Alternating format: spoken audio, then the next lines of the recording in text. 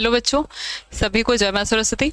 तो आज की क्लास में हम बात करते हैं कि बीएससी नर्सिंग में और बी फार्मा में आपको क्या करना चाहिए। 12th के बाद ऐसे बच्चे जो कि बीएससी नर्सिंग करना चाह रहे हैं या फिर बी फार्मा कर रहे हैं, तो वो उनके लिए क्या आगे स्कोप होता है या कौन सबसे ज़्यादा अच्छा रहता है, ये सब टॉपिक पे आज हम लोग बात करेंगे।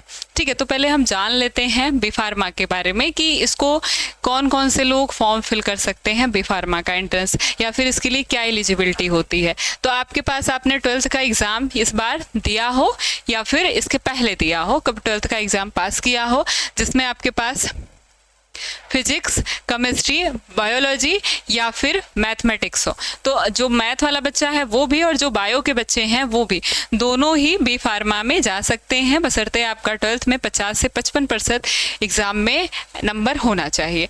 अगर हम टाइम पीरियड की बात करें तो कितने समय में ये ख़त्म होता है, 4 साल आपको बी फार्मा के कोर्स में समय लगता है। अब हम बात करते हैं स्कोप की, कि मतलब बी फार्मा करने के बाद ऐसी कौन कौन सी क्षेत्र हैं जिसमें आप काम कर सकते हैं।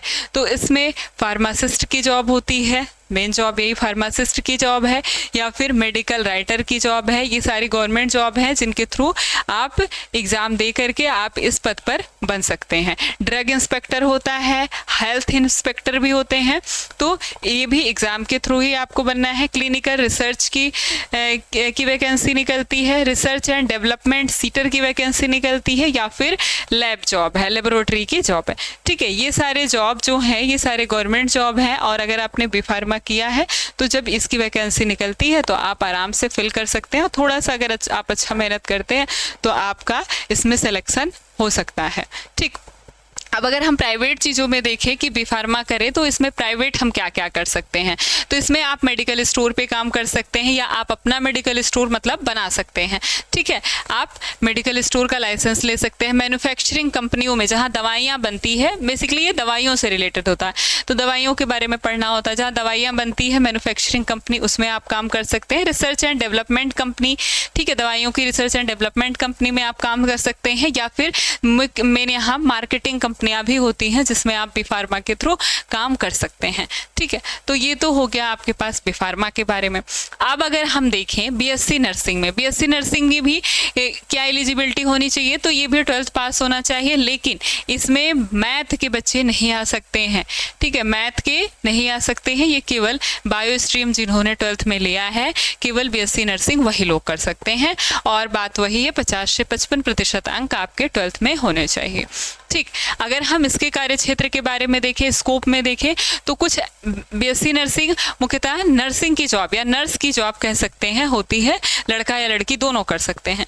ठीक है, लेकिन आप अगर देखें और बहुत सारे स्कोप होते हैं गवर्नमेंट जॉब के, जैसे नॉर्सेट का एग्ज़ाम होता है, इसके थ्रू आप काम कर सकते हैं, या फिर कम्युनिटी हेल्थ ऑफिसर इसका एग्ज़ाम होता है, इसके थ्रू आप अपनी वैकेंसी जब आएगी तो आप इसके थ्रू एग्ज़ाम दे के बन सकते हैं। या फिर अगर आप ट्यूटर बनना चाहते हैं, मतलब पढ़ाना चाहते हैं, तो आप पढ़ा सकते हैं। स्टाफ नर्स तो मेन उद्देश्य जो कुछ नहीं है, तो स्टाफ नर्स का काम तो बहुत आसानी से कर सकता है। या फिर आप नर्सिंग के बाद चाहे तो एमएससी कर सकते हैं, या उसके बाद आप चाहे तो पीएचडी कर सकते हैं, या फिर अगर आप एमएससी नर्सिंग भी कर लेते हैं तो भी आप जीएनएम के बच्चों को, एएनएम के बच्चों को और बीएससी नर्सिंग वाले बच्चों को कॉलेज में आप पढ़ा सकते हैं, कॉलेज में प्रोफेसर बन सकते हैं। या फिर आप पीएचडी कर लीजिए तो और अच्छी तरह से आप प्रोफेसर बन सकते हैं।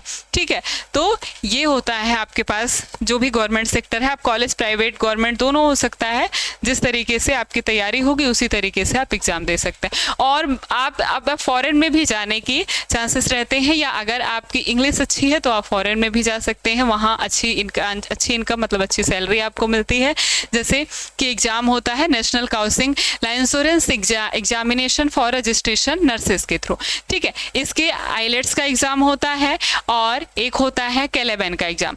ठीक है, तो ये international English language test system होता है। अगर इस टेस्ट को आप पास कर लेते हैं, इसके तहत आपकी इंग्लिश अच्छी होनी चाहिए, तो आप किसी भी देश में जा कर के, कोई भी देश हो, आप जा कर के वहाँ पर काम कर सकते हैं। या फिर मुख्यतः कनाडा के लिए Canadian English language benchmark assessment of nurses का टेस्ट होता है। अगर इसमें आप पास कर सकते हैं पास कर लेते हैं तो आप वहाँ पे जा कर के काम कर सकते हैं। ठीक है, और अगर आप किसी भी जगह अगर प्राइवेट सेक्टर में देखें तो किसी भी हॉस्पिटल में स्टाफ नर्स की ज़रूरत होती है, उसके थ्रू आप काम कर सकते हैं। लेकिन अगर आपकी तैयारी अच्छी है तो आप इन गवर्नमेंट जगहों पर जा कर के, जैसे ये सारी जगहें हैं, यहाँ पर जा कर के जो ये एग्ज़ाम होते हैं, इन सारे एग्ज़ाम के थ्रू आप बहुत अच्छे से इनकम कर सकते हैं, बहुत अच्छे से अपना कैरियर इसमें बना सकते हैं, अपना फ्यूचर इसमें बना सकते हैं। या फिर अगर आप बीएससी नर्सिंग के थ्रू पढ़ाना भी चाहते हैं, आप नर्स नहीं बनना चाहते हैं, तो आप बहुत आसानी से कॉलेज में पढ़ा सकते हैं, प्राइवेट कॉलेज में, या फिर उसके बाद, लेकिन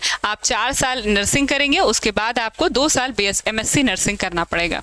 ठीक है, और बाकी ऐसे तो स्टाफ नर्स, ट्यूटर वगैरह आप लोग बन सकते हैं।